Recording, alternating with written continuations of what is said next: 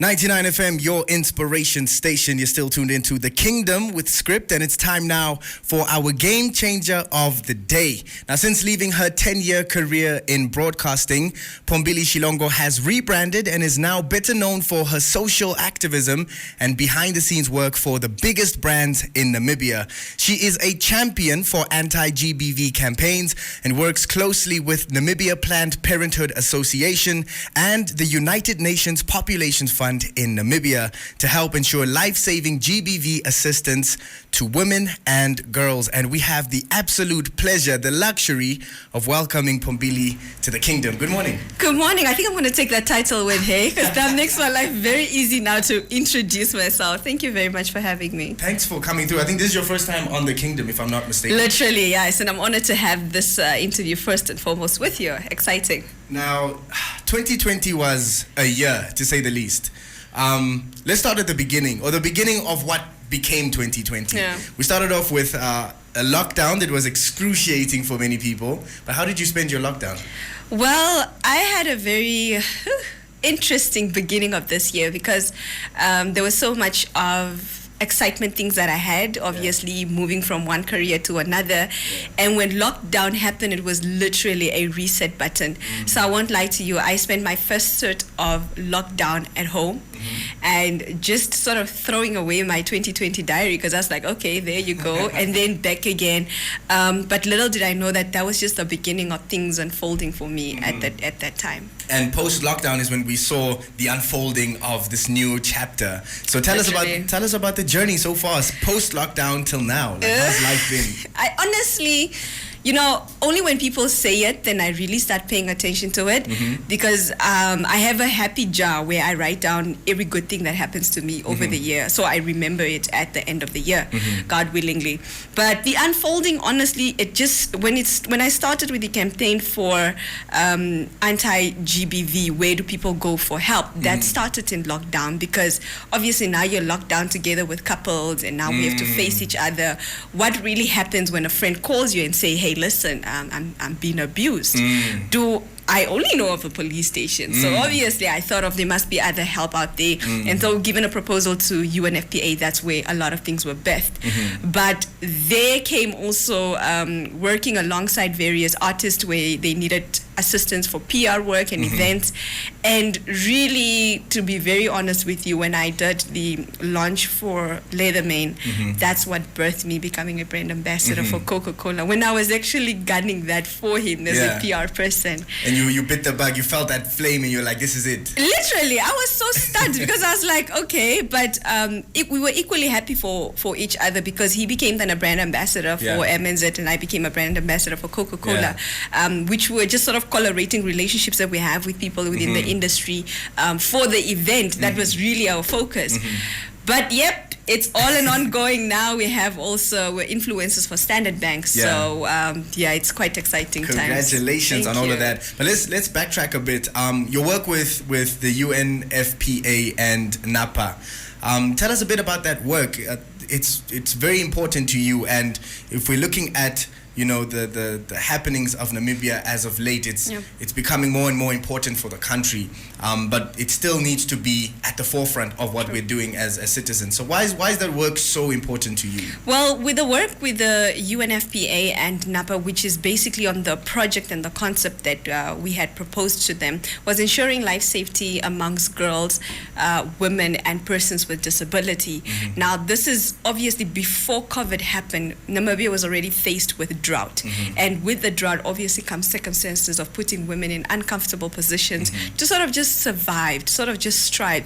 So this project was just aiming at how do we rescue women, young girls in such unfortunate situation that we can't now provide, the fields can't provide for us food. So some people within the community starts taking advantage of this. It just so happened that COVID then became sort of like a topper on that we had to really stretch out. Hence, the first 6 regions we started off with were the ones that were hit hardest by the drought.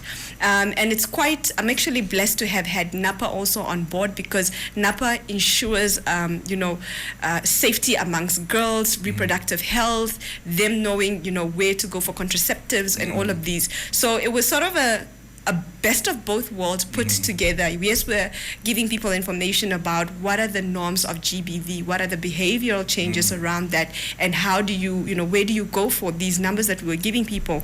Weren't necessarily to just find yourself in a situation, but before you're even in the situation, that these numbers are actually there for psychosocial support and counseling at the same time. So that's how that one came about. Yeah, no, that's, I think, the work is very important, and I think the more it's publicized, the more it's put like I said, at the forefront of everything, the easier 2020 becomes for the people that are suffering the most. And now your work, you mentioned the launch with Leatherman and how that was mutually beneficial. But the work for the brands, you mentioned Coca-Cola, you mentioned Standard Bank. What goes into establishing yourself as a brand ambassador that big companies can align their brands with? What is the most important thing, do you think, for individuals? I'll be very honest with you, relationship is key. I think we need to grow out of a place where we are popular, where we have followers and we have numbers and we build relationships. For me, I would be very honest, it's a bit easier because 10 years of coming from a broadcaster always connects and network you with people. So year in, year out, people constantly get to see who you are and what you do. But I think the most important thing is letting our public figures get to a point where they build relationships, and then after there's a relationship established, it's very easy to convince any brand to represent you because they know there's a relationship here. And to be honest, COVID has humbled a lot of companies to an extent of now it's really like, I'm even feeling bad that the year is about to come to an end because I feel like I haven't capitalized on everything that I'm supposed to. But really now is the time that we knock on those doors because their marketing plan has just been scratched out, the strategical plans that they've had have just been scratched out. How do we get to the people? How do we get our product there? How do we remain relevant?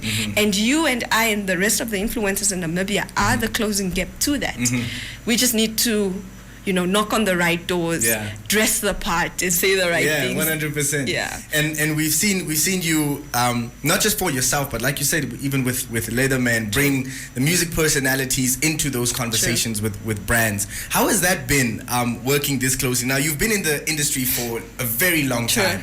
But your relationship with the industry has changed now. So moving closer into the music personalities, how are we as individuals? To be honest, that's been a challenge, because for 10 good years, I know how to make sure that the stage is not empty. Do you understand?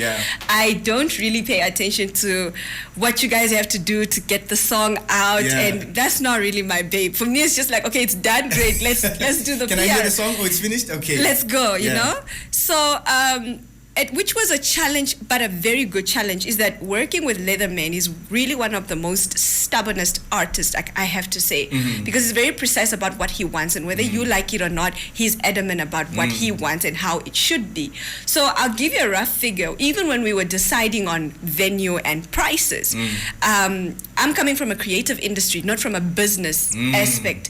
He's like, tickets are 500. I'm like, my eyes are growing big, and I'm like, 500 way. Which Katutura person is coming for this 500? You know, I'm like 250.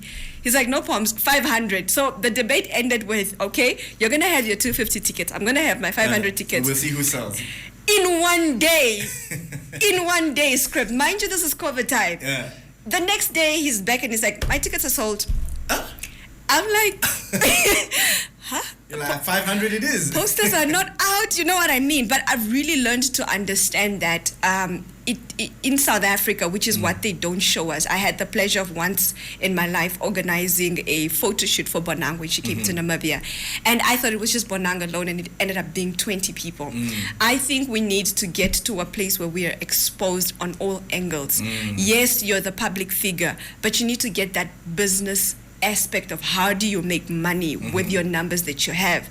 Great, you get that. How do you then get the right people to represent you? Because we're not jack of all trades. Do you understand? I'm not a fashionista. I'm not glitz, glamour, photography things. That's not my thing. I'm very good at presenting. I'm very good at PR.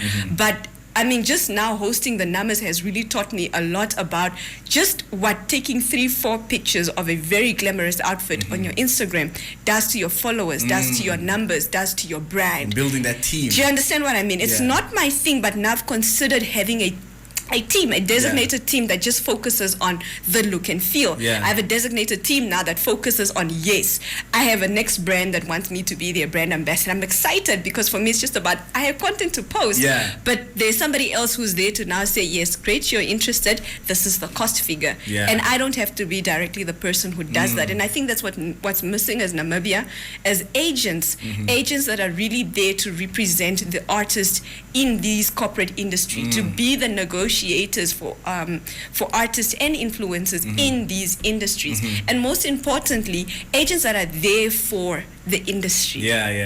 No, I think it's very important to note the missing links in the business side of the entertainment industry. Now, with COVID and those missing links, where do you think the future lies for entertainment across the board? Well, if you look at South Africa already, the most hard-hit industry was the television industry, the content creator, because South Africa is very big on creating content and so forth. And one of my good friends, Jafta, who's a producer for various reality TV shows in SA, had to now branch out all the way to Nigeria. And when he did that, I thought to myself, like, you did what? You went from one of the biggest... Literally, you couldn't even decide Namibia or Kenya. You went straight into their industry. And I think the one most important thing we need to do is take 2020 as a reset. I was looking at an ad on TV just yesterday that said, if you had to redo 2020, if you had to redo something differently in 2020, what would it be?